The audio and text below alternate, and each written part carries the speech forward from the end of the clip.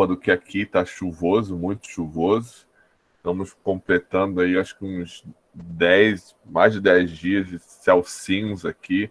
Estão colocando exigindo um pouco mais da nossa força de vontade, né? Todo mundo enclausurado. Quero agradecer a professora Juliana por ter vindo. Também quero agradecer, eu estou pensando, estou trabalhando a ideia de um doutorado, e a Simone e a Gabriela me deram contato, a professora Juliana, e ela foi muito solícita. É tão bom a gente encontrar pessoas que, né, conversa, que a gente possa, né, se sentir acolhido. E essa é um pouco o que atravessa, né, o que orienta as conversas que nós temos, da gente trabalhar essa questão do acolhimento, né? De sermos mais, como eu posso dizer, a criação de um direito, de uma sociedade, de um Estado que não fique tão ensimesmado, né?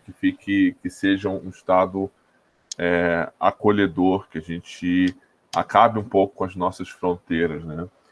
Então, fazendo um pouquinho essa entrada, né, explicando aos colegas que estão nos assistindo, esse é um projeto que iniciou lá ano passado com o curso de Direito, uma proposta de a gente fazer alguns eventos em julho do ano passado. Foi acolhido imediatamente pelo Sigetari, pelo curso de Relações Internacionais, pelo curso de Economia, pelo Programa de Desenvolvimento Regional. E esse ano eu estou participando agora do Getari. Recebi o convite das colegas para participar do Getari, estou muito feliz com isso. E a gente está fazendo esse evento agora centralizado no Getari, né, como sendo mais uma ação do Getari, que é o Grupo de Trabalho e Apoio a Refugiados e Imigrantes aqui da Unisc. Então, explicando um pouquinho nessa nossa palestra, esse momento, nós teremos outros. A ideia é que durante o ano todo a gente tenha um por mês, pelo menos, e a gente tem conseguido fazer isso muito, né, graças aos colegas que aceitam os convites graciosamente, e por isso a gente não vai se cansar de agradecer a professora Juliana e aí todos os outros que estão sempre vindo. Os outros colegas que estão assistindo, quem sabe, né, a gente também quer uma hora ouvi-los, né, porque a ideia é ouvir todo mundo. Eu vou botar aqui o meu e-mail, e como já foi falado antes, eu estou um pouco sobrecarregado, mas eu vou fazer os certificados agora em julho, daquilo que eu estou devendo, e eu vou enviar a vocês, tá bom? Professora Juliana, a palavra é tua. Muito obrigado, né? Fique o tempo que desejar.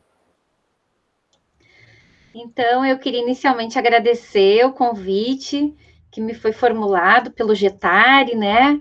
A minha amiga Simone, querida, que está aqui. Quero saudar a Mariana, a professora Edson. O professor Edson, estou tendo a oportunidade de conhecer, assim, aqui nesse espaço a primeira vez, né? Nós havíamos conversado por e-mail, por troca de mensagem de WhatsApp. Então, uma alegria também poder lhe conhecer, professor Edson. Dizer que a Mariana Simone, enfim, tem um trabalho que a gente precisa referenciar, né, nesse campo das migrações e do refúgio. Assim, anima, né? É um trabalho que anima, entusiasma mesmo, porque ele é cuidadoso, ele dialoga com a realidade. Então, eu tenho um respeito enorme pelo trabalho que vocês fazem. Então, quando eu recebi esse convite, assim, eu recebi com muita alegria, né? Porque era o convite do trabalho, né, das colegas, então, e do professor Edson, que eu estou conhecendo agora, mas a gente sabe também a dedicação, né, nessas questões, nessa pauta, nessa agenda que é tão importante. Então, uma alegria, me sinto muito honrada estar aqui no espaço do Getari para dialogar esse ponto que nós sugerimos, porque ele vem um pouco nos diálogos da semana do Dia Mundial do Refugiado, né? Então, eu queria saudar todas e todos que estão aqui também, nessa manhã chuvosa, como diz o Edson, né? E que, enfim, a gente pode estar aqui num espaço de acolhida e de reflexão. Eu acho que esse é o que motiva, né? Então, muito obrigada pela presença também, para me ouvir um pouco e a gente poder conversar. Então, essa semana é uma semana que celebra, né, o Dia Mundial do Refugiado. Então, é importante uma data, né, comemorativa. Quando a gente fala comemorativa, é trazer à memória, né, que nós possamos assim entender o que tem na dinâmica desta agenda, né, e portanto da luta e o que tem de direito humano implicado na questão do refúgio. Então, o comemoração é nesse sentido, né?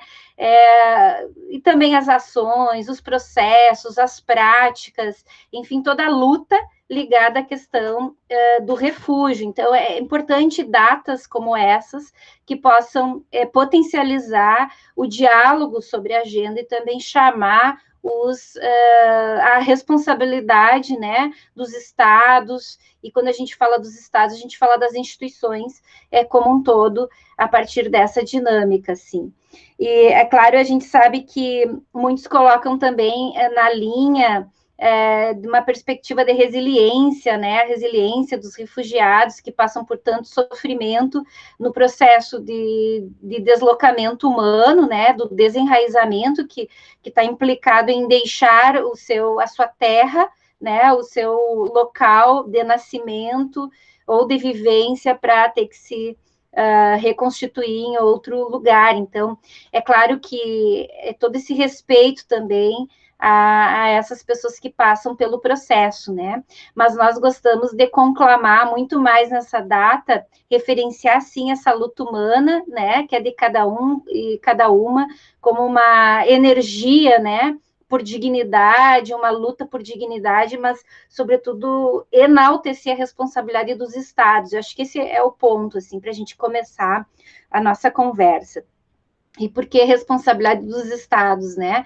Porque os dados sobre as migrações forçadas no mundo, assim, são alarmantes, né? Quando se vê o crescimento de 4% em relação às migrações forçadas do ano passado, em plena pandemia, isso no relatório do Tendências Globais, né, do Acnur, que saiu esse ano. Então, assim, com mais de 82 milhões de pessoas, né, vivendo fora dos seus países, das suas casas, mas quem vive fora dos seus países, esse número está em mais de 33 milhões. Então, e aí isso tem uma implicação muito, assim, eu diria assim, uma implicação do ponto de vista do Estado, da fronteira, né, que tem as suas especificidades. Então, assim, são quase 34 milhões hoje no mundo de pessoas vivendo fora dos seus países, né, e por questão motivação forçada. Então, isso é bastante alarmante, assim. O que chama atenção nesse relatório é que agora, em plena pandemia, de 160 países que estabeleceram situações de fechamento de fronteira, né, na pandemia, 99 não fizeram qualquer restrição a migrantes que estão pedindo proteção, né? Então, os sujeitos da proteção internacional, que é para solicitantes de refúgio e situação de refúgio. Então, vejam, o Brasil está incluído nesse rol de 99 países que fecharam, independente de quem é sujeito de proteção. Então, acho que isso chama muito atenção, né? E eu coloco isso assim na fala inicial, porque quando eu sugeri assim para Simone, então, o que nós poderíamos falar, né, sobre a pauta? Política de Estado, né? Como é que o Estado brasileiro trata a questão das migrações forçadas e o quanto que essa pandemia revelou muito do que está nas nossas instituições, na nossa sociedade. Então, eu acho que talvez começar a nossa fala pelo ponto de partida, né? Que é entender como se dá essa relação, eu diria, estrutural, psicossocial do não nacional, do estrangeiro, na sociedade de acolhida. Eu acho que esse é um ponto primeiro, assim, para a gente poder entender esse cenário e poder ter alguma perspectiva, o quanto que avançamos, né, com a nossa política de Estado, o quanto que não avançamos, infelizmente, quais são os desafios e o que tem de implicação, né, que eu tenho dito que ela é no campo psicossocial, né, que isso vai reverberar no jurídico, vai reverberar no político, vai reverberar na nossa sociedade como um todo, nesse entendimento dessa relação com o não nacional, mas um não nacional que carrega a estrangeiridade. Acho que esse ponto é importante de trazer também aqui, né? Mas, enfim, eu acho que a primeira questão que eu vou colocar que é um pressuposto para a gente poder avançar no entendimento sobre a nossa política de Estado brasileira, sobre migrações forçadas, primeiro trazer algo que está realmente num pressuposto, né? Que pressuposto é esse? Nosso entendimento sobre direitos, né? Quando a gente formula nosso entendimento sobre direitos, nós formulamos esse entendimento a partir de uma ideia de vínculo político com um Estado-nação, né? Toda a ideia de cidadania, ela está ligada ao Estado-nação. Então, ela é dirigida ao cidadão. E o cidadão é aquele que tem o vínculo político, portanto, é o vínculo da nacionalidade, né? Acho que esse é um primeiro ponto. O que isso significa dizer, né? Significa dizer que a ideia de Estado-nação, ela é xenófoba. Então, é um pleonasmo. Quando a gente fala Estado-nação, a gente está falando a mesma coisa que xenofobia.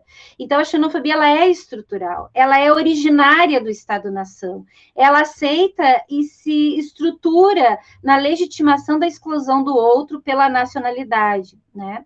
Isso está numa concepção psicossocial e que nos constitui como sujeitos, né?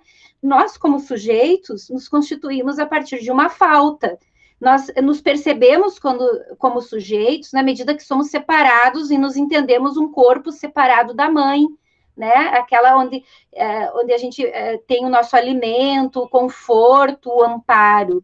Então, quando a gente é separado do corpo amparo, né, da fonte do alimento, isso que é o mais natural, nós nos percebemos constituídos como um sujeito, aí sim a gente entende, se vê, né? Se percebe e, portanto, isso se dá a partir de uma falta. Isso só é possível porque tem a falta, né, daquele corpo que é o corpo da mãe, né, ou seja, a gente entende diferente, separado. Mas a gente está sempre naquele anseio, né, daquele amparo que vem dessa relação materna, né, então isso é constitutivo do ser humano. E, da mesma forma, isso se dá estruturalmente na ideia da ordem ou do Estado. Quando o Estado ou o direito ele se estabelece justamente para criar essa nossa condição de entendimento sobre amparo. Então, nós nos estabelecemos numa ordem, aceitamos a ordem e nos convencemos a partir dessa ordem que aquele ali é o lugar de amparo. Então, isso é interessante para a gente poder perceber o quanto que flui de uma forma tão fácil o discurso da negação do estrangeiro como alguém que detém direitos, né? Porque é tão constitutivo da ideia nossa de sujeito dentro de uma sociedade e de que essa sociedade provém o amparo, e que nos permite que dali nós, pela nossa identidade, pela questão cultural, tudo que nos relaciona a essa ordem, né, que aí em terminologias mais da psicanálise vão definir assim, esse grande outro, que é a ordem, a ideia do amparo, nós buscamos ali, digamos assim, o fechamento, né, dessa concepção, entendemos nessa ordem a ideia do amparo. O que é interessante se notar e que a gente pode perceber? Todo momento de crise, né, dentro dessa ordem, e aí, portanto, uma crise econômica, crise de desassistência, qualquer crise, né, sempre muito facilmente se elegem os chamados bodes expiatórios, ou seja, a gente precisa se convencer de quem é o culpado pela nossa possibilidade do desamparo, né? Então, a ordem, ela já traz um pressuposto, quem é o culpado, né? A ordem, ela tá para garantir o nosso amparo. Tudo que vem de fora é uma ameaça, né? Porque vem para ocupar um lugar que deveria ser nosso, né? O lugar nosso do desamparo. Então, isso é um pouco constitutivo nessa ideia. Então, quando vem momento de crise, a ideia do inimigo, ela se fortalece, ela se potencializa. Então, sempre que a gente está diante de uma ideia de crise, assim, um momento de crise, seja uma crise econômica, uma crise sanitária, é aquele medo, né? Enfim, a gente pode estar sendo ameaçados, né, na nossa possibilidade de amparo que a ordem nos dá, e a ordem nos dá a possibilidade de amparo como pelas políticas públicas e tudo mais. Então, muitos discursos políticos, institucionais, vão capitanear essa ideia, né, de senso comum, mas que escolhe e atribui a alguém a possibilidade da ameaça. Normalmente são os mais vulneráveis, né? Ninguém entende que é o próprio sistema capitalista, né, que é o que nos condiciona ao desamparo, né, estrutural, assim. Não, mas aí são as minorias, né, são as minorias sociais, são os imigrantes, né, que vêm aqui para ocupar os postos de trabalho, são os imigrantes que vêm para ocupar as políticas públicas, afinal, né, sobrecarregar os serviços.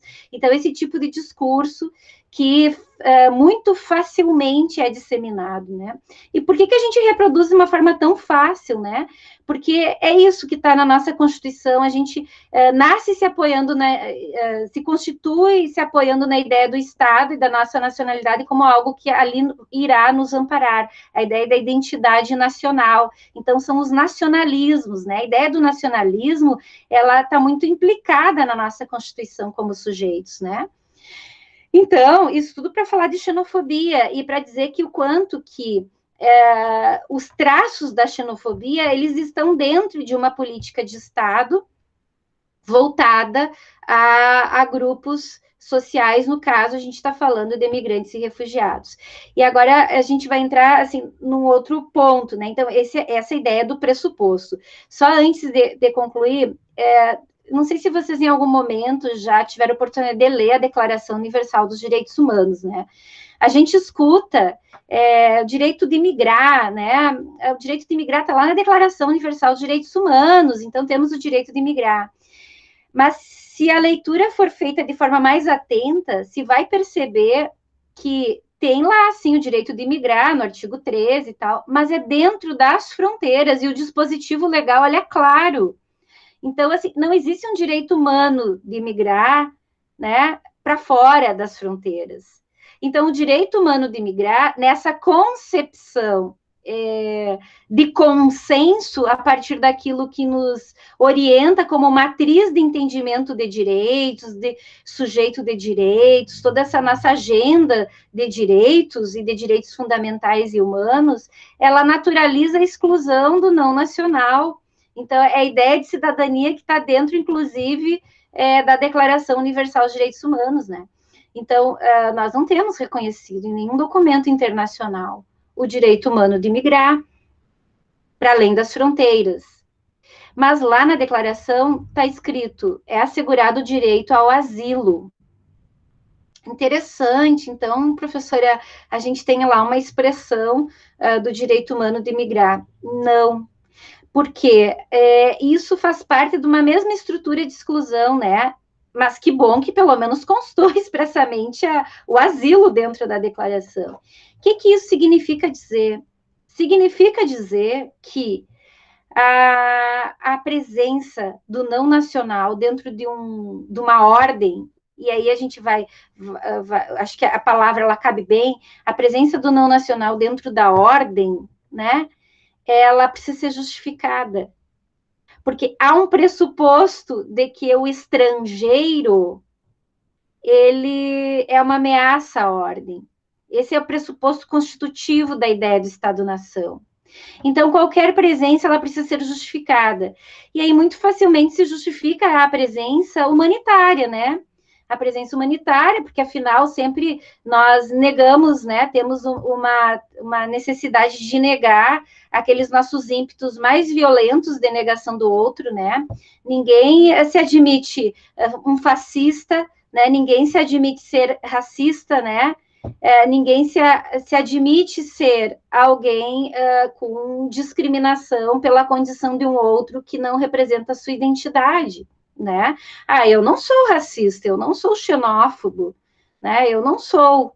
Então, essa é a primeira fala que se vê, que ela vem sempre num discurso como uma fala de justificação, né? Mas a ideia, o fascismo é algo que é muito constitutivo do ser humano, que é o medo do outro, né? O medo do outro, o quanto que o outro é uma ameaça, né? E isso está na subjetividade humana, né? Então, é muito facilmente situações de crise podem potencializar ou desembocar discursos de ódio e tudo mais. Mas o que eu quero voltar à questão, por exemplo, dessa presença justificada, né, pelo flagelo humano, pela situação da condição de outra pessoa de extrema vulnerabilidade. Porque quando nós falamos da figura da situação do flagelo humano, nessa nossa concepção de ordem, de identidade nacional, nós já colocamos dentro da estrutura da estratificação social, um lugar para essa pessoa, né? Essa pessoa ela está ali porque é alguém vítima de um flagelo. Então, há algo que dá um atributo a ela, quase que como uma possibilidade dela, porque ela é vítima de um flagelo, e eu me solidarizo pelo flagelo.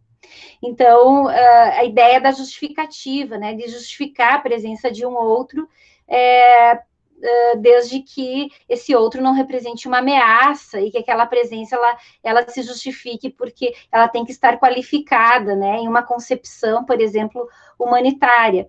Então, veja só, mesmo em momentos de crise, quando não há crise, flui facilmente esse tipo de argumento, porque não é alguém que vem, né, numa condição ameaçadora para dentro da estrutura do Estado, como um imigrante ameaçador para a estrutura do Estado. Mas quando se vê a crise sanitária, né, que agora é essa da Covid, interessante, né, porque essa situação tão facilmente... como é que eu vou dizer assim, que acaba justificando tão facilmente a presença do não nacional, né, alguém vítima de um flagelo humano, então ela cai por terra. Por que cai por terra? Nosso fechamento de fronteiras, lá em março de 2020, esse fechamento de fronteiras, ele estabeleceu a inabilitação da solicitação de refúgio, impediu migrantes por razão humanitária e refugiados de ingressarem no território nacional sem que representasse aquele fluxo, né, qualquer situação de risco, né, a segurança, a saúde, né, coletiva, digamos assim. Então, a Anvisa jamais... até esse momento, entendeu Venezuela como um lugar de novas variantes, de disseminação do Covid, né? Mesmo que tivesse ainda um lastro científico para dizer que esse fluxo poderia trazer uma situação de insegurança do ponto de vista da saúde, assim mesmo, pela característica da população que vem, que é uma população vulnerável, né, que vem como solicitante de refúgio, ou refugiados, ou por razão humanitária, porque nós acolhemos os venezuelanos em todas essas categorias, necessariamente a nossa resposta deveria ser de políticas públicas, não de fechamento de fronteiras, porque senão a gente está falando de uma contradição.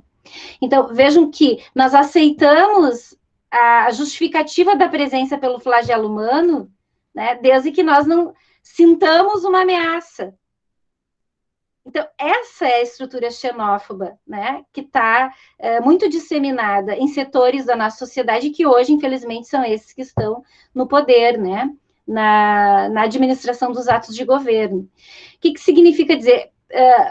né, que se aceita a exclusão do outro pela sua condição, que a justificativa da presença ela é relativa, né, e que ao sabor de governo se pode fechar ou abrir fronteiras conforme o interesse, né, de instrumentalização do fluxo migratório. E isso é bastante grave, porque a gente fala e naturaliza a ideia de que nós instrumentalizamos os corpos humanos, né?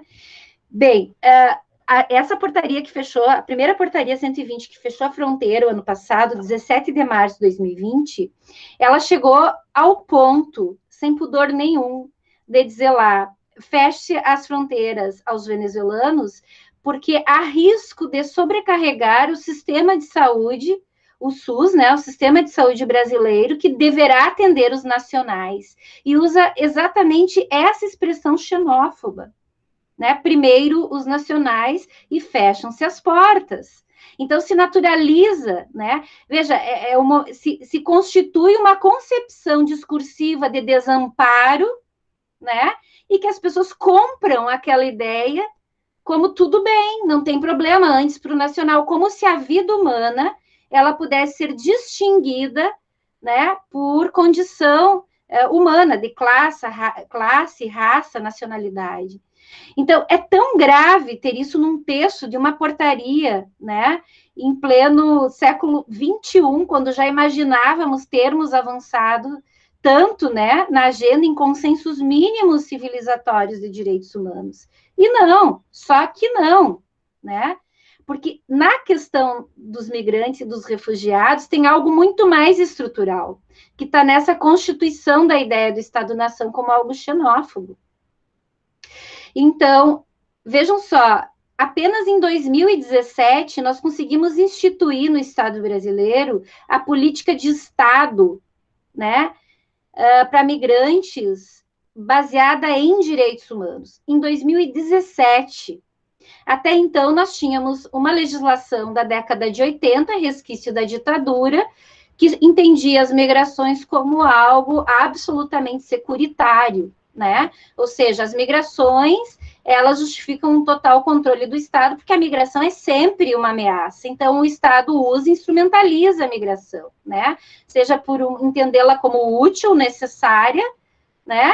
Pelos seus interesses econômicos, de mercado, ou qualquer coisa assim, seja por dizer que sempre a migração trará risco à segurança nacional, portanto, é o autocontrole.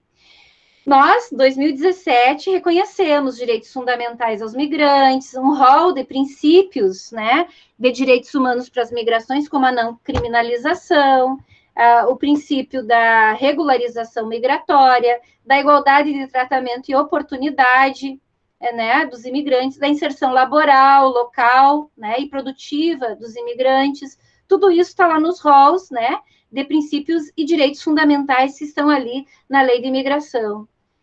Apesar disso, a portaria essa expressamente excluiu um grupo social por nacionalidade, porque ia sobrecarregar o sistema de saúde que deve priorizar, segundo a portaria, os nacionais, né? Isso viola, inclusive, a Constituição Federal, artigo 5º, né?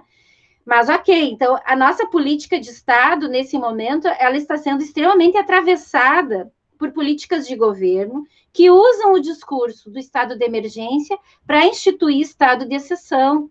Então, portarias, como eu mencionei aí, reiterando, né, portarias que instituíram deportação imediata, que é o mesmo que deportação sumária, é proibido na nossa lei de imigração. A lei de imigração é a nossa política de Estado para a migração, né? Não pode, é possível a deportação, com o devido processo legal. Que esse é um outro ponto, né? Isso é todo um resquício que vem ainda dessa estrutura xenófoba que nós não superamos com a lei de imigração. Mas a lei de imigração, assim mesmo, é uma conquista, né? Evidentemente é uma conquista, ela revoga o estatuto, estabelece o marco de direitos humanos como o marco que deve orientar toda a política de Estado, né, de migrações. E, além disso, viola o princípio assegurado o direito à regularização documental, que é um dos direitos mais básicos de quem é um migrante, né, é poder ter um documento no Estado. E por que é tão relevante um documento, né? Porque, novamente, a presença do imigrante, ela precisa ser sempre justificada. Nessa estrutura psicossocial, né, que nos constitui, né, a gente só aceita o imigrante se ele tiver um documento, percebem? Né? Embora a própria lei de imigração tenha dito lá, né, que nenhum migrante deixará de acessar um serviço público por condição documental. Agora, explica isso para o atendente lá do posto de saúde, quando o imigrante vai, né, sem um registro nacional migratório, de que ele tem direito a ser atendido. O atendente do posto de saúde vai ligar para a Polícia Federal, né? Então, a ameaça que está nessa relação sempre precária, uma relação sempre condicionada, né? Sempre provisória, usando uma terminologia do Sayad, que é essa que dá toda essa ideia da presença do imigrante, alguém que precisa justificar, né? Ele tem que ter sido autorizado a estar ali. Então, eu acho assim incrível que os debates que vêm do projeto, eles têm a linha de migrar não é delito, né? Então, é exatamente isso, a não criminalização das migrações, ela foi para dentro da lei de imigração. Mas a pergunta o clima de deportabilidade saiu do universo da política de Estado brasileira sobre migrações, né? Enquanto um imigrante não consegue acessar um serviço de saúde porque tem medo de chegar lá se ele não tem um documento, é porque tem o clima de deportabilidade.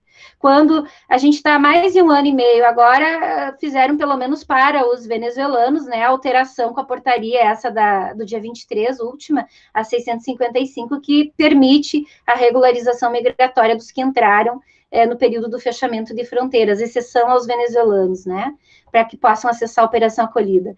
Mas vejam só, pessoas 1 ano e meio sem poder ter um documento, né, de regularização da sua condição migratória, de indicação da sua categoria jurídica, de autorização, de estar autorizado para estar no território brasileiro, né, de pessoas vivendo, porque isso não impede a migração, né?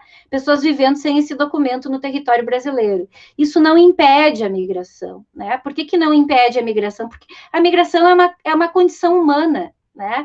Você ser um imigrante, estar na situação migratória, é uma condição humana, né? Que te impulsiona a isso, né? Então, esse é um ponto. O fechamento da fronteira não diminuiu as migrações, ou pelo menos a migração venezuelana que veio para o Brasil nesse período. Não diminuiu, só jogou fluxos migratórios a rotas inseguras, a rotas de múltipla exploração de migrantes, né? A vulnerabilização potencializada por conta da imigração irregular, insegura, sem documentação.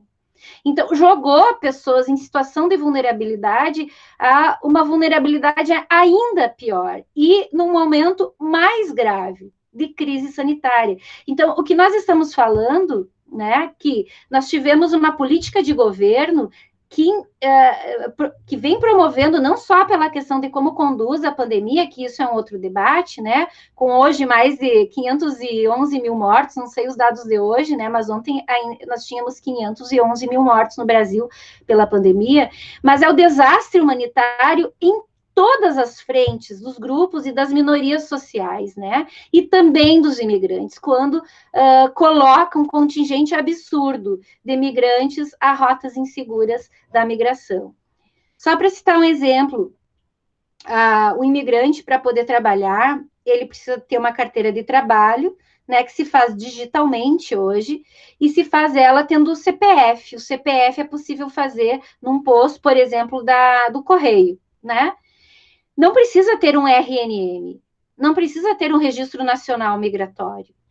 Então, significa dizer que ele poderia ser contratado de forma formal por uma empregadora, uma empresa, um empregador, sem necessitar apresentar o registro nacional migratório. A pergunta é qual o imigrante que consegue ter coragem de se apresentar num departamento de recursos humanos, né, sem o documento agora abre aspas, né, legalizado no território brasileiro, né? Então, qual o imigrante que vai se sentir em condição de chegar no seu empregador, um documento que não é exigido para sua contratação, né? E de dizer, olha, não tenho documentos no Brasil, porque a fronteira está fechada, e eu entrei assim mesmo, mas eu preciso trabalhar, eu tenho família, né? Eu tenho que viver, eu tenho família.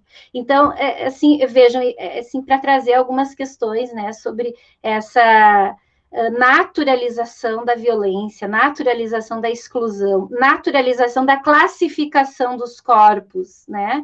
Acho que esse é um ponto importante. Mas, assim, agora entrando mais especificamente, eu não sei meu tempo aí, professor Edson, por favor, pode me cortar o tempo. A gente não fixa tempo, não, a gente bota mais ou menos na hora da fome, né? Tá. Hoje, por exemplo, eu fui liberado da cozinha, então eu tenho mais tempo ainda, porque geralmente quando dá 11h40 ali, a gente, olha, eu tenho que fazer comida. Mas hoje não, hoje já me liberaram da cozinha. Então Que bom. a Mariana falou que às 11 ela vai sair, mas a gente costuma. Mas não se prendam por mim. Não, ele tá É, bem agitado aqui, mas ele ouviu uma parte da fala também. Ó, tem outro nenê ali. então fica bem tranquilo. A gente tem até. O horário é justamente para das 10, a gente já se programa meio que até meio-dia, 1 hora, 2 horas que você quiser. Realmente não tem tempo. É pra gente bater um papo mesmo. Tá ótimo, professor Edson. Então, assim, o que eu queria agora era poder trazer um pouquinho mais de como foi constituído nossa política de Estado, né? Eu acho que é importante. Primeiro, assim, é um grupo aqui que já tem um acúmulo nas migrações, então eu acho que a gente não precisa entrar muito nos aspectos que envolvem as motivações migratórias, aquilo que significa dentro do sistema de proteção, situação de refúgio ou não, né? Acho que o pessoal aqui já conhece mais ou menos essa distinção jurídica e política, né, sobre classificação migratória a partir da motivação, né? Mas, assim, muito rapidamente, se sabe, aí voltando, né, a necessidade de justificar a presença.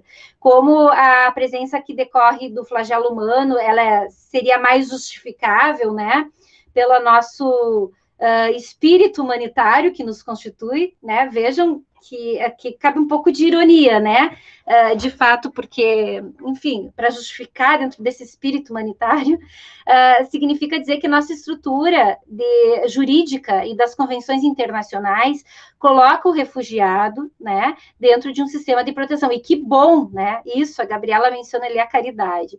E que bom que coloca para um sistema de proteção, né? Porque assim é o mínimo que os estados possam acolher pessoas que são obrigadas a deixar os seus países, porque são vítimas de perseguição, né?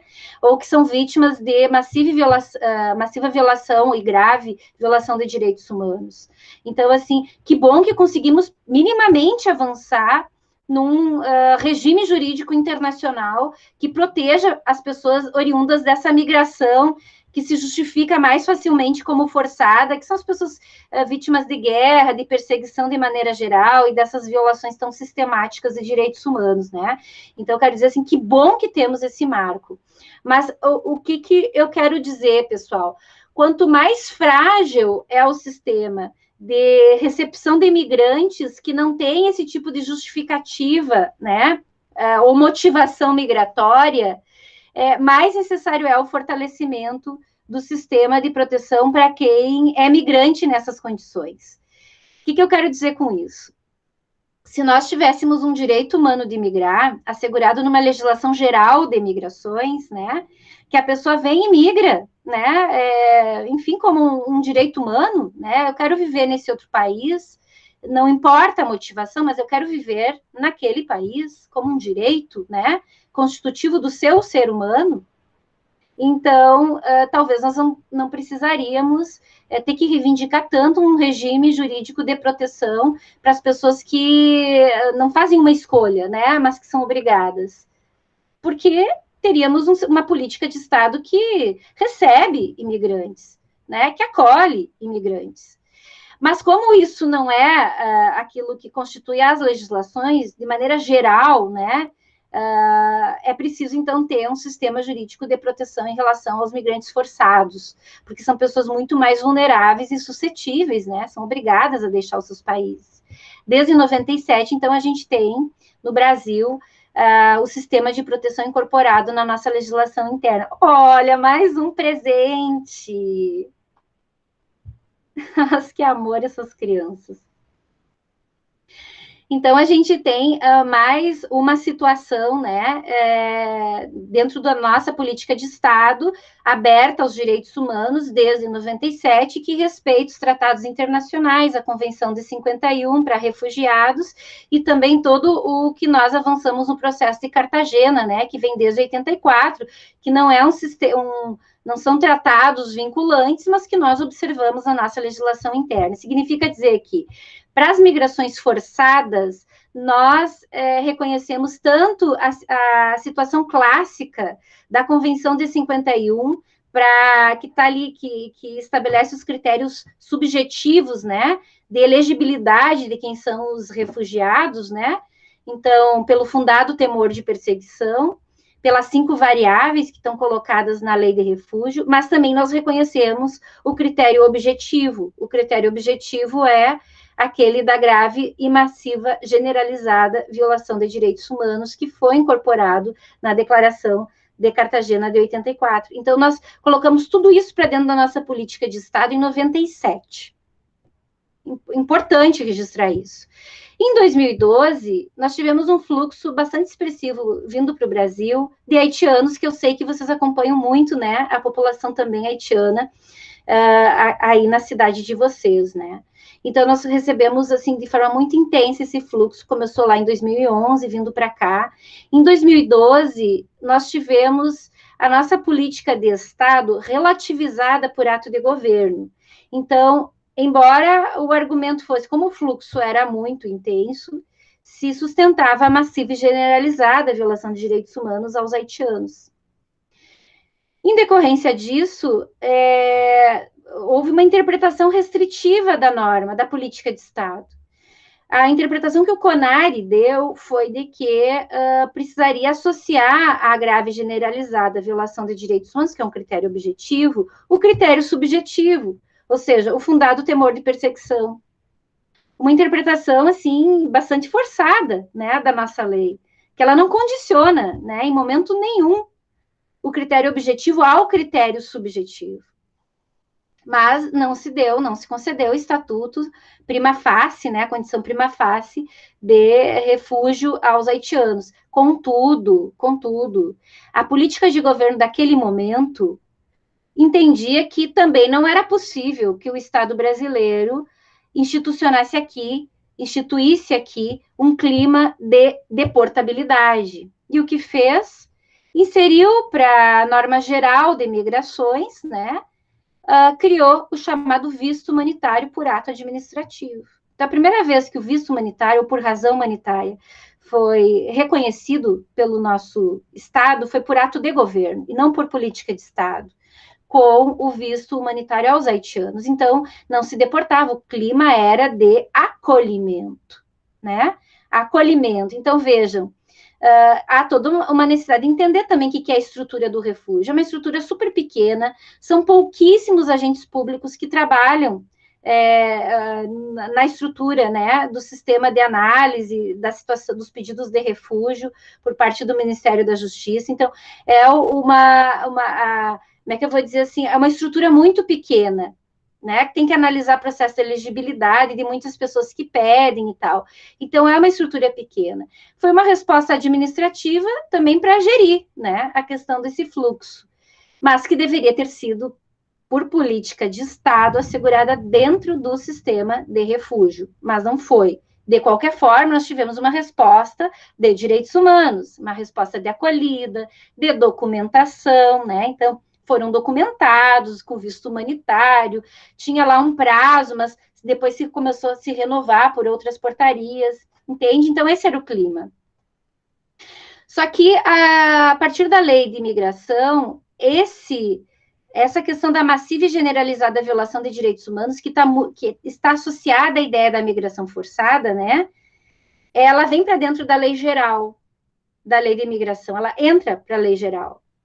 Então, significa dizer que se estabelece como política de Estado a acolhida humanitária, está lá como princípio, inclusive, e como uma possibilidade de visto temporário. Só que quem que concede o visto temporário? É a administração pública. Então, uma vez que a legislação abriu muito ao poder discricionário da administração pública regulamentar Quem são aqueles que receberão visto humanitário por um critério objetivo, né? Algumas nacionalidades vão sendo selecionadas.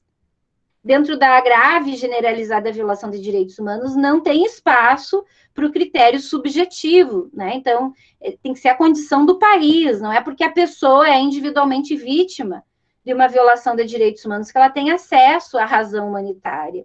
Então, a própria legislação, ela restringiu, ela não incorporou dentro da razão humanitária para a recepção de fluxos migratórios o elemento individual. Né? Então, não basta a pessoa ir lá, né, na embaixada brasileira, lá no seu país, dizer, aqui eu sou vítima de violação de direitos humanos, eu quero ir lá para o Brasil, por gentileza, eu quero acessar um visto por razão humanitária. Isso está fora da nossa política de Estado. Então, é uma política de Estado que ela quer dar respostas a fluxos, né? Então, pelo critério objetivo, e escolhe nacionalidades. Então, nacionalidades específicas em que vai ali, então, regulamentar, aí por portaria interministerial, as residências temporárias, o visto para poder chegar, e depois a residência temporária a esses fluxos por razão humanitária.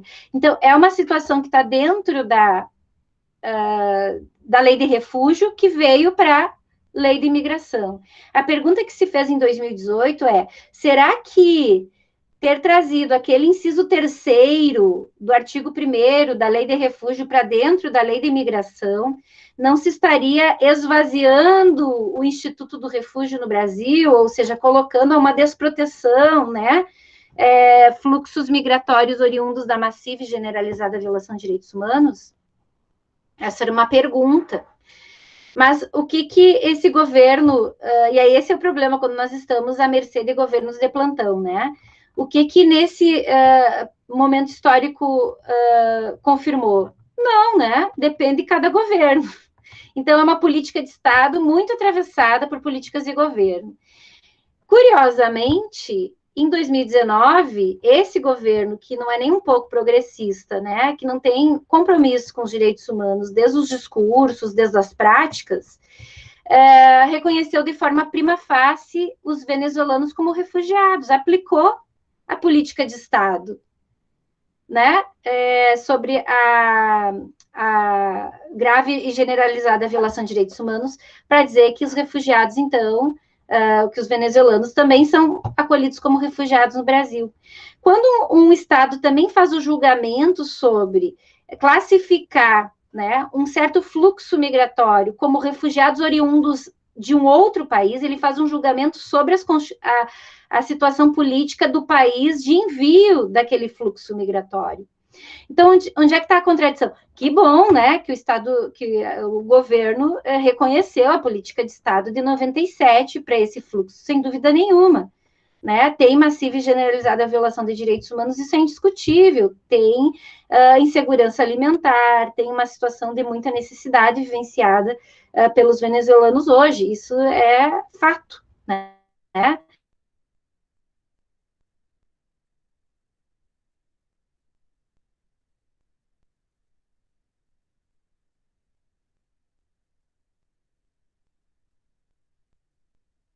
Diante disso, acho que a minha internet caiu. Agora voltou, né? Caiu minha internet aqui. Voltou, eu acho que voltou. Eu não sei se foi aqui também, não sei. Não foi a minha, eu vi aqui que deu perdeu a internet. Não sei quanto da fala também se perdeu, mas depois aí a pessoa que vai gerir aí o podcast, ela organiza de novo. Bem, então, o que acontece desde 2019, o nosso Estado, nosso governo, reconheceu a política de Estado brasileira aplicada à população venezuelana, reconheceu como refugiados. Ao mesmo tempo, nós também mantemos a possibilidade de classificação pela lei de imigração, né? Então, eles podem acessar também a residência temporária. Quem acessa a residência temporária por razão humanitária, abre mão de eventual pedido de solicitação de refúgio, de status de refugiado nessa situação, né? Então, é uma escolha que o sujeito da migração faz de acessar qual mecanismo jurídico para organizar o seu status migratório. Mas, assim, curiosamente, embora tenhamos reconhecido a situação de refúgio, nós fechamos as portas aos refugiados venezuelanos agora, em 2020. Então, eis aqui a grande contradição. Acho que não tem muita contradição. É a questão de entender que talvez é possível se fazer uso político, inclusive, né, de políticas de Estado que tem implicação política, né? Então, é muito interessante ao Estado brasileiro reconhecer o status de refugiado de venezuelanos, quando a época que reconheceu isso também tinha todo um alinhamento do governo brasileiro com o então governo dos Estados Unidos, à época era Trump, né? Que né, fazia uma investida toda por uma possível, inclusive, intervenção na Venezuela, né? Então, e acho que são questões importantes. Mas é claro, só deixa assim muito claro, é importante para o sujeito migrante essa aplicação, né, da política de Estado, sem dúvida nenhuma. Para os imigrantes é uma conquista, né, eles serem reconhecidos como um status de refugiados pela questão da grave e generalizada violação de direitos humanos, assim. Claro, é importante que o imigrante possa escolher em qual status também ele vai pedir a sua classificação, né? Por que isso? Porque o refugiado ele tem que pedir sempre uma autorização para voltar para o seu país, né? Ele pede autorização do governo brasileiro. É muito caracterizado, é muito característica dessa migração a própria mobilidade, inclusive para as remessas, porque as remessas elas não é possível fazer elas pelo sistema financeiro, né? Tem uma situação assim, muito delicada da Venezuela com o sistema financeiro e fazer a transferência de recursos de um país para outro em virtude da tarifação, né? A conversão da moeda, então é quase impossível conseguir enviar pelo sistema financeiro recursos. Então as pessoas enviam por pessoas dinheiro para as famílias que ficaram lá, ou elas mesmas voltam para a Venezuela, levam alimentos, dólar, né, dinheiro, que é a moeda que mais circula lá hoje, que é como se fosse uma moeda paralela, né? Então, assim, é isso também, é entender a realidade migratória. É uma realidade migratória que talvez não sirva muito o Instituto do Refúgio para proteção, né? E a acolhida humanitária pode se prestar muito mais a dar respostas a essa característica do fluxo migratório. Então, são alguns pontos, assim, para a gente poder começar o nosso debate. Eu vou encerrar já a minha participação, fechando aí 3 minutos para as 11, e agradecer, né, professor Edson, e lhe devolver a palavra. Eu que agradeço, e eu gostei muito do início, né, dessa questão. Eu nunca tinha focado nesse ponto, né, do Estado Nacional já ser uma caracterização de uma xenofobia, né? Às vezes eu brinco com alguns colegas que a gente vive uma futebolização, né? A gente tem um determinado grupo e a gente já se opõe a outro determinado grupo. É incrível como essa lógica, ela está presente em tudo, em tudo. Eu vejo que às vezes você trabalha numa universidade, parece que você já é refratário a outra universidade, a outra instituição. Você é de um bairro, você já é refratário a outro bairro. Como a gente se opõe ao outro ser humano com uma facilidade incrível. É de uma primitividade absurda. Mas eu vou abrir para os colegas fazerem perguntas, né? Falas, não precisa ser pergunta, né? Falas, complementos. Eu queria só fazer um relato rapidinho, que a Juliana falou da estrutura limitada do CONARE, e eu fiz a minha pesquisa para o doutorado junto ao CONARE, fui tanto a Brasília quanto a São Paulo, e eu sempre digo, eu brinco, mas é triste ao mesmo tempo, porque a estrutura do CONARE no Ministério da Justiça, eu sempre digo, eram 11 pessoas com o tio do cafezinho. Então, tem uma estrutura, uma coordenação geral, que é uma pessoa, na verdade, 2 pessoas, tem o coordenador geral e mais uma pessoa abaixo, e aí tem um responsável por cada setor, e aí tem os oficiais de elegibilidade, que, na verdade, essa é uma parte muito importante do processo de refúgio, que são as entrevistas, que é quem vai falar efetivamente com o solicitante de refúgio. E aí eu peguei aquela transição entre o sistema de papel e o Sisconari, que é o pedido eletrônico. E aí, esse pedido eletrônico, ele elimina algumas solicitações se elas não estão de acordo com o que o formulário pede, porque é o próprio sistema que vai selecionar quem vai para a entrevista. E eu fiquei chocada com isso, e eu perguntei, tá, mas isso não pode, por exemplo, restringir o pedido de refúgio, porque tem pessoas que não vão conseguir fazer o pedido? E aí, da coordenação, eu ouvi, mas isso não é um problema? Pode acontecer, mas não é um problema tão grave assim. Dos oficiais de elegibilidade, eu ouvi, isto é um problema, porque a entrevista é um momento crucial para o pedido de refúgio, é quando a gente consegue olhar para eles, conversar com eles, entender a situação, e esse é um momento crucial, e o sistema eletrônico vai eliminar algumas pessoas que vão fazer a solicitação.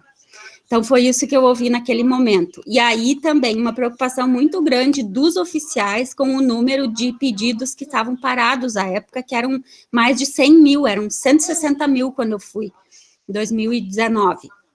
Então, eram 160 mil pedidos que estavam parados, assim, e eles estavam muito preocupados em conseguir dar andamento, e aí a queixa era que a queixa velada, digamos assim, que a coordenação geral é que travava um pouco o andamento de pedidos, por exemplo, que poderiam ser prima facie, como era o caso dos venezuelanos. E daí eles não conseguia caminhar, não conseguia dar andamento, e o número de pedidos parados só aumentava. E na época era em torno de 2 anos, 2 anos e meio, que ficava parado um pedido até conseguirem movimentar.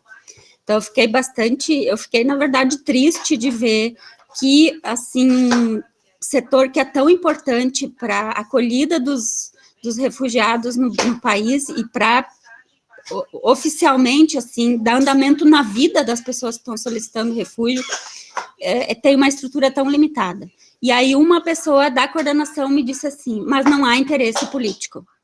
É claro que ela me disse isso quando o gravador estava desligado. Aí ela disse assim, não há interesse político, porque ainda é considerado um número pequeno, não tem um interesse de relação com outros países que justifique isso. Então, infelizmente, nós vamos continuar com essa estrutura limitada. E a gente faz o que pode.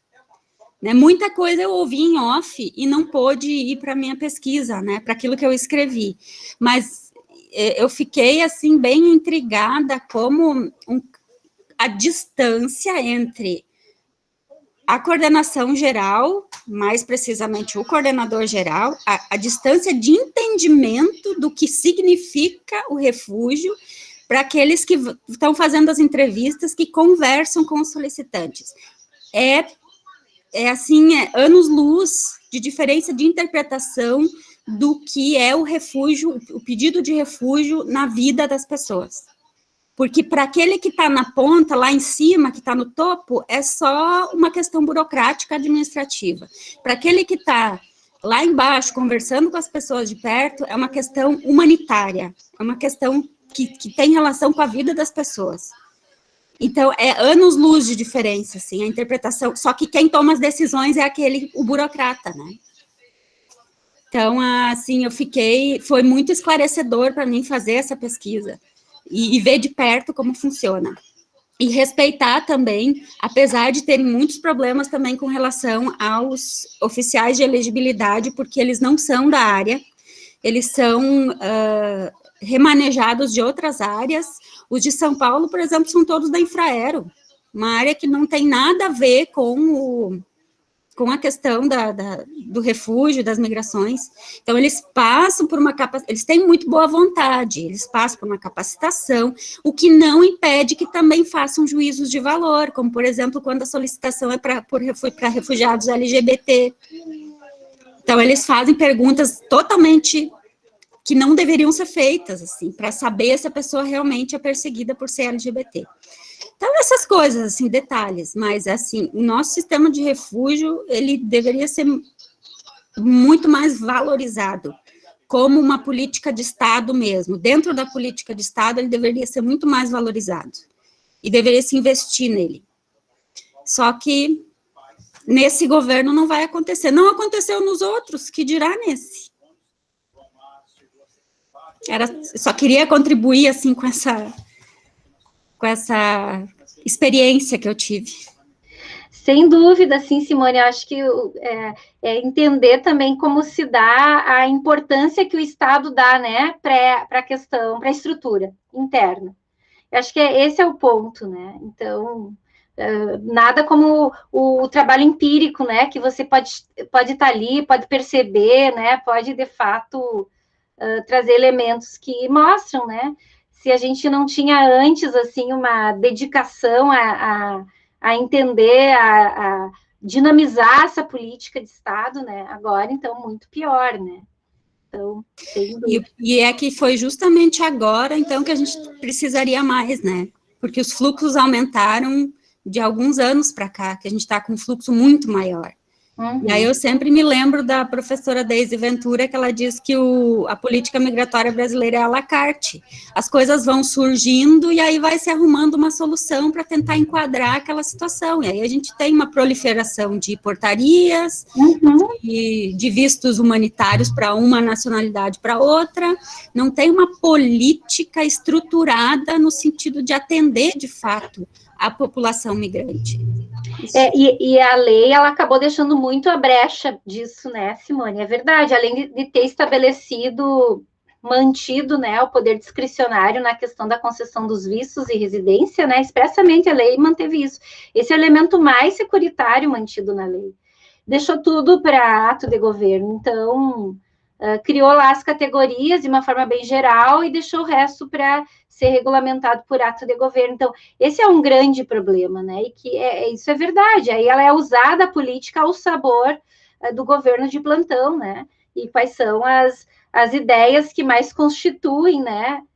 Os setores que estão num determinado poder. Então, a gente está, nesse momento, com representações das mais discriminatórias em relação a migrantes, né?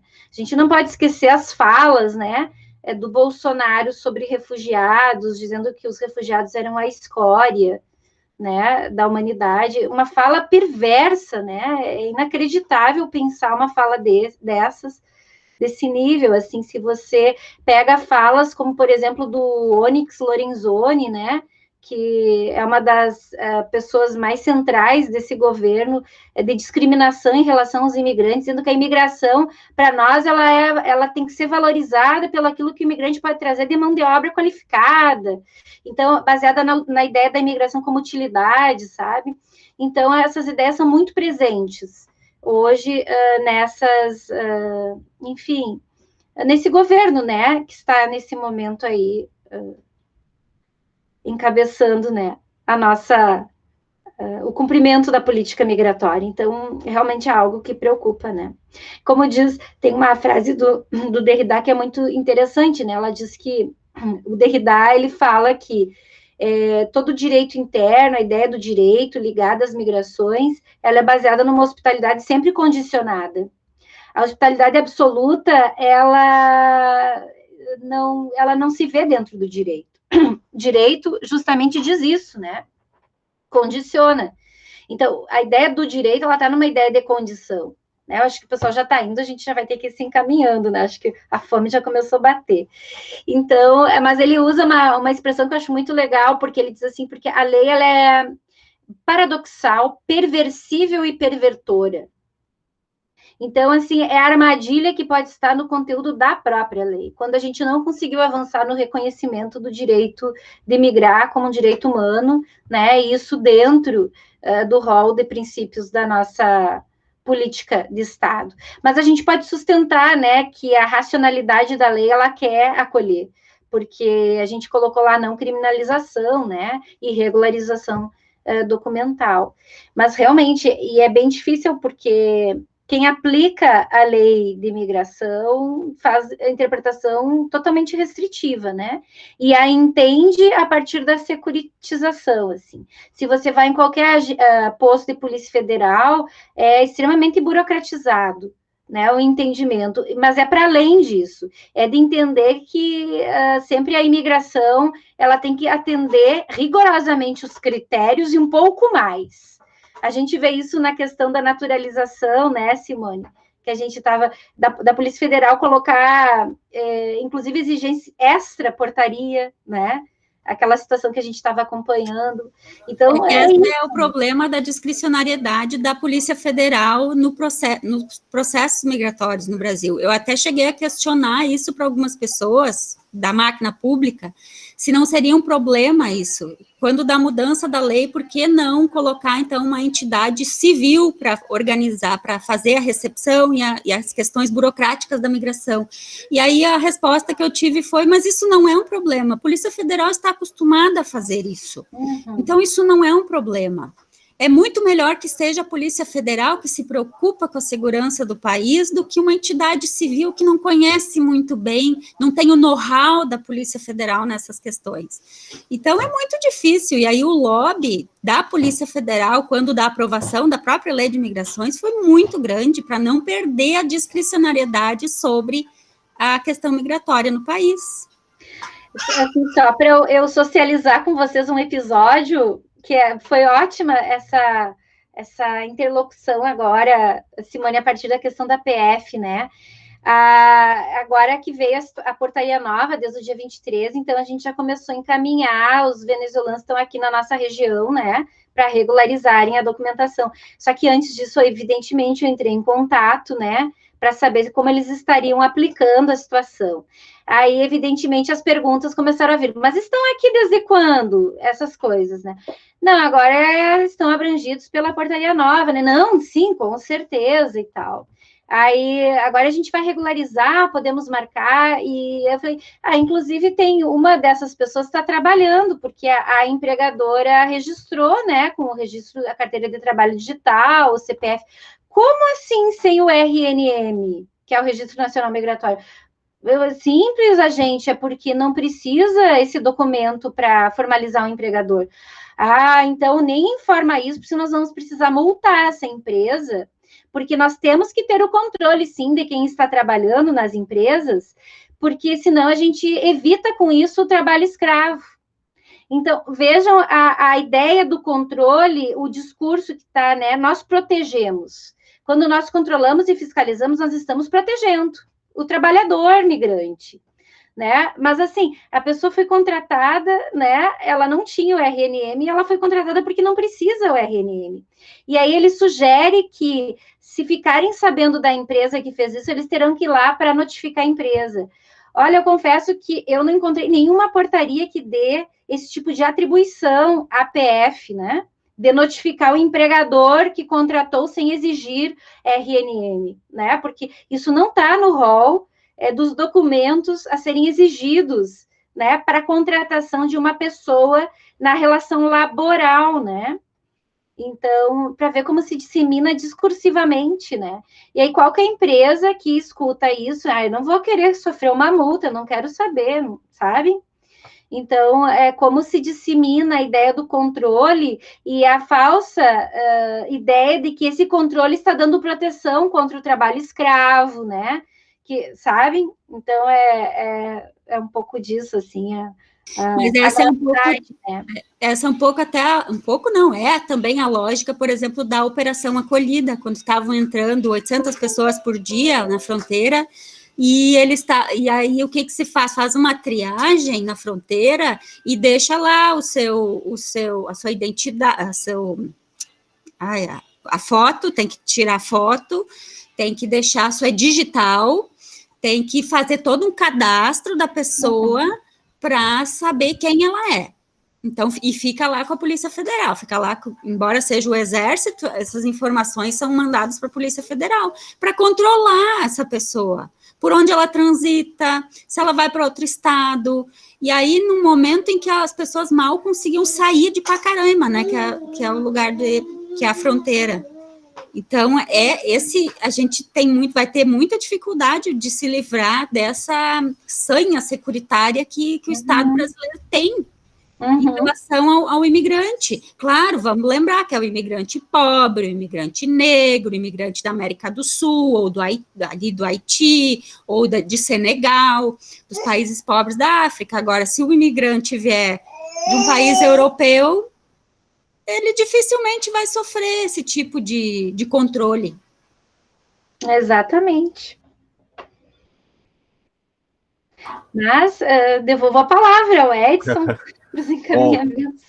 Bom, meus amigos, então, só para lembrar vocês, então, quem porventura queira receber o certificado aí em julho, né?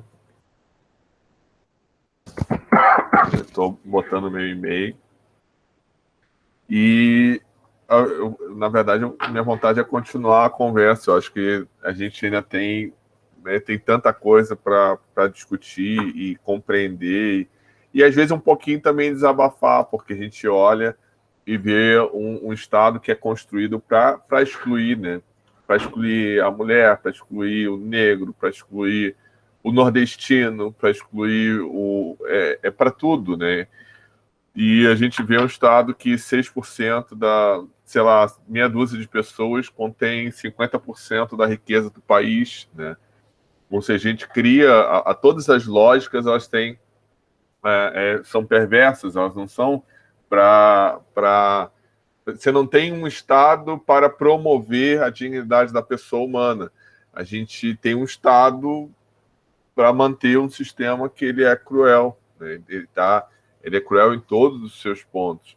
E aí você olha e quando a Simone nos traz essa estrutura, é para não dar certo, é para não funcionar.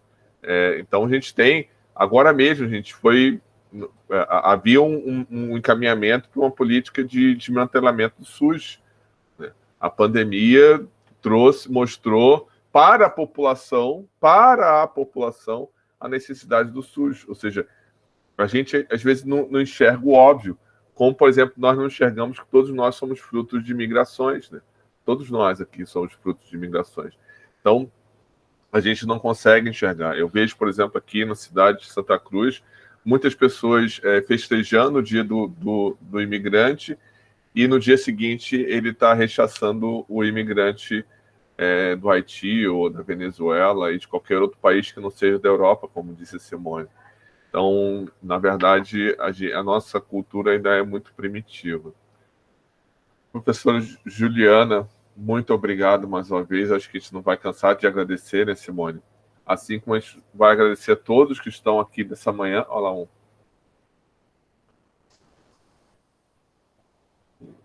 um abração, um abraço para todo mundo. Daniela, um abração.